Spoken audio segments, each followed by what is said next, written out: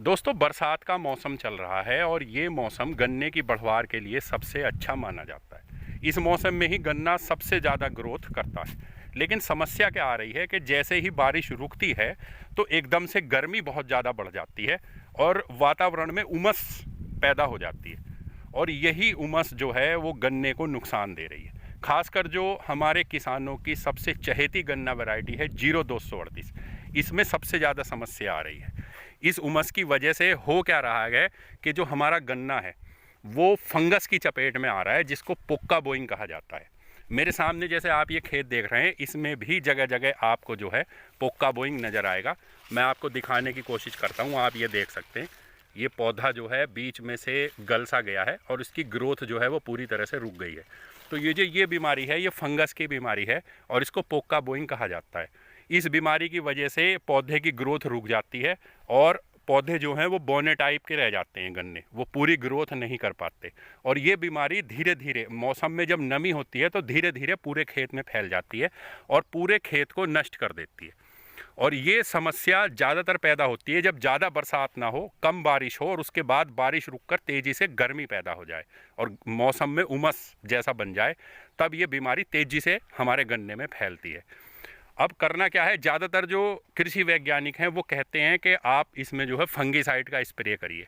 आप COC copper oxychloride का spray करिए या आप थाइपोनेट मिथाइल का स्प्रे करिए, तो ये जो बीमारी है आपकी वो दूर हो जाएगी।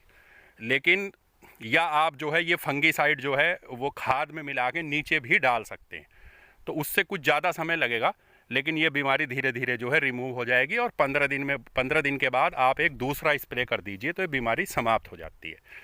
लेकिन समस्या क्या है, आप जो ये मेरे सामने खेत देख रहे हैं, ये 28 इंच पे बोया हुआ खेत है और इसकी जो हाइट है वो आदमी की हाइट से जो है ज़्यादा हो चुकी है।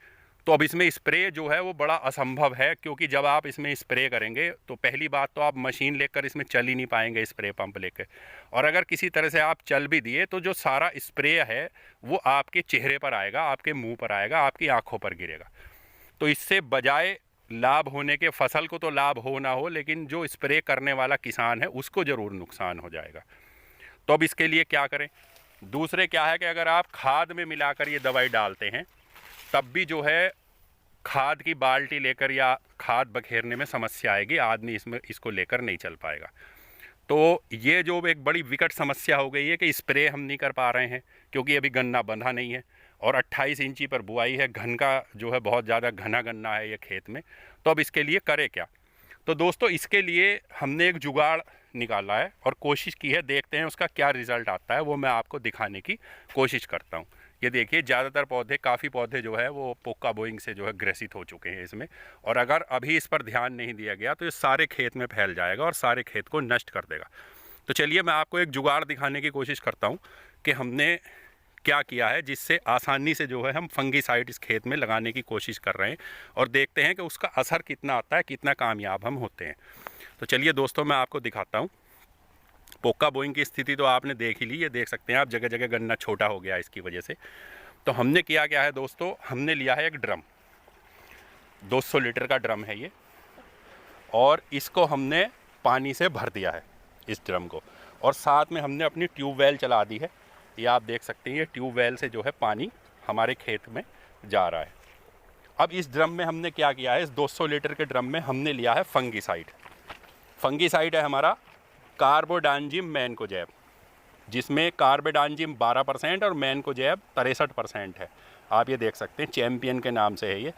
और सिस्टमेटिक और कॉन्टैक्ट दोनों तरह का ये फंगीसाइड है, यानी कि पौधे के सिस्टम में जाके भी काम करेगा और अगर संपर्क में आता है तब भी काम करेगा, दोनों तरह का फंगीसाइड है। तो इस फंगीसाइड को हमने इस ड्रम में डाल दिया है, 200 लीटर के ड्रम में पानी भर दिया है और पानी भर के इस ड्रम में हमने इसे डाल दिया है। और एक हमने ये साथ में एक डंडा लिया है और बीच बीच में हम इस डंडे की सहायता से इसे चलाते रहते हैं, जिससे कि ये नीचे ना बैठ जाए, पूरी तरह से घुला रहे। इस तरह से इसको चलाते रहते हैं बीच बीच में, तो ये इसमें पूरी तरह से नीचे नहीं बैठेगा, पानी में घुला रहेगा। और फिर हमने क्या किया है, इस ड्रम में एक टोटी लगा दी है, ये आप देख सकते हैं, टोटी लगा दी है और इस टोटी को थोड़ा सा खोल दिया है।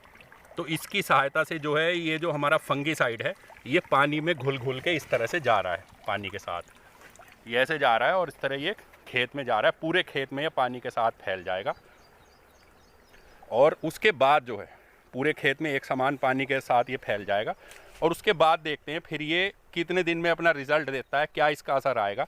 तो अगर दोस्तों ये कामयाब होता है तो ये बहुत ही एक आसान तरकीब होगी खेत में फंगीसाइड लगाने की। खासकर जो 28 इंची वाले किसान हैं उनके लिए तो ये बहुत ज़्यादा लाभदायक होगी, क्योंकि स्प्रे करना संभव नहीं है, खाद में मिलाकर फंगीसाइड डालना संभव नहीं है, और गन्ना अभी बंधा नहीं है, हाइट गन्ने की ज़्यादा हो गई है, आदमी से ज़्यादा हाइट है, आप देख सकते हैं। तो इस तरह से हमने ये फंगीसाइड को पानी के साथ चलाने की कोशिश की है। तो उसके बाद जो है हम इसका रिज़ल्ट देखेंगे और इसकी एक दूसरी वीडियो बनाकर भी मैं आपको इसका रिज़ल्ट दिखाऊंगा लगभग 8 से 10 दिन के बाद कि किस तरह का इसका रिज़ल्ट आया, कितना फंगीसाइड ने काम किया, कितना पोक्का बोइंग हमारा रिमूव हुआ। तो ये एक छोटा सा जुगाड़ है दोस्तों। और अगर आपको वीडियो अच्छी लगी हो तो वीडियो को लाइक कीजिए, शेयर कीजिए, और इसी तरह की और वीडियो देखने के लिए चैनल को ज़रूर सब्सक्राइब कर लीजिएगा। धन्यवाद।